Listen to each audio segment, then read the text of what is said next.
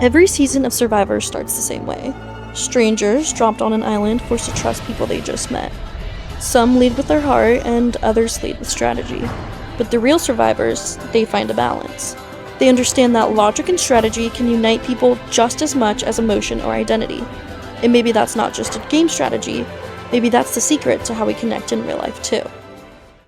On Survivor, the line between friendship and betrayal is razor thin. 1 minute, someone's your ally. Exciting. I don't know, because blind sides are always fun and exciting. Like, you're like, And the 12th next, person voted out and the 6th member of our jury. Kat, that's 4. That's enough. Need to bring me your torch. they're writing your name down. We love the emotional side of it. The tears, the hugs, the absolute heartbreak. But have you ever noticed how much logic and level-headed reasoning brings people together too? Let's look at what Survivor teaches us about connection, communication, and why clear thinking can be just as powerful as heartfelt emotion. When people talk about communication, they usually focus on feelings, empathy, and reading the room. And sure, that's huge. But what if simple things within logic, like calm explanations, fairness, and shared goals, can actually do the same thing? What if reason is another form of compassion? That's what I see when I watch Survivor. The players who last longest aren't just emotional or strategic. They're both. Sure, the emotional moments are what makes us care. When players share personal stories, comfort someone after a loss, or celebrate a win together, they're building something real. People want to feel seen and understood. That's how trust starts. A tear, a laugh, a shared struggle. That's what bonds people on that beach. Those moments reminds us that connection begins with feeling. But there's another kind of connection, the one that comes from clear thinking.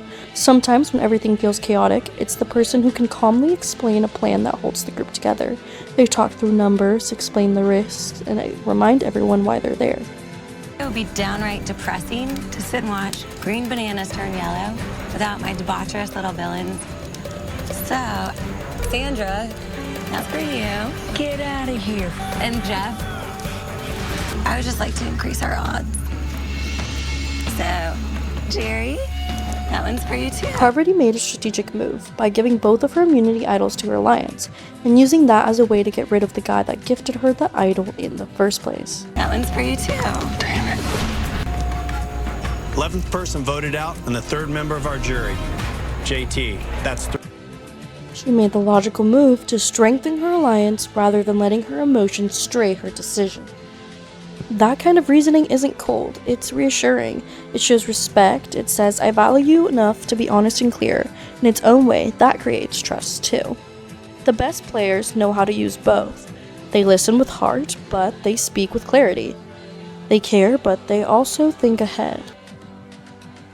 Kim initially bonded with the women in her tribe and created connections, but as the game continued, logic is what helped them thrive and led herself and her alliance to the final 3.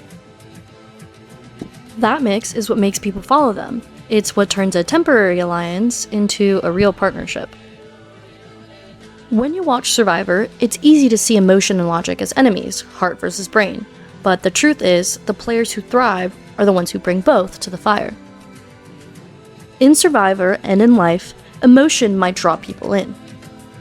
But logic is what keeps them connected, feelings build trust, but reason builds direction. When you can explain your choices, listen with patience, and think clearly, even in chaos, that's when people start to believe in you. Logic doesn't make us distant. It helps us understand one another. So maybe logic isn't the opposite of emotion at all. Maybe it's what makes emotion last.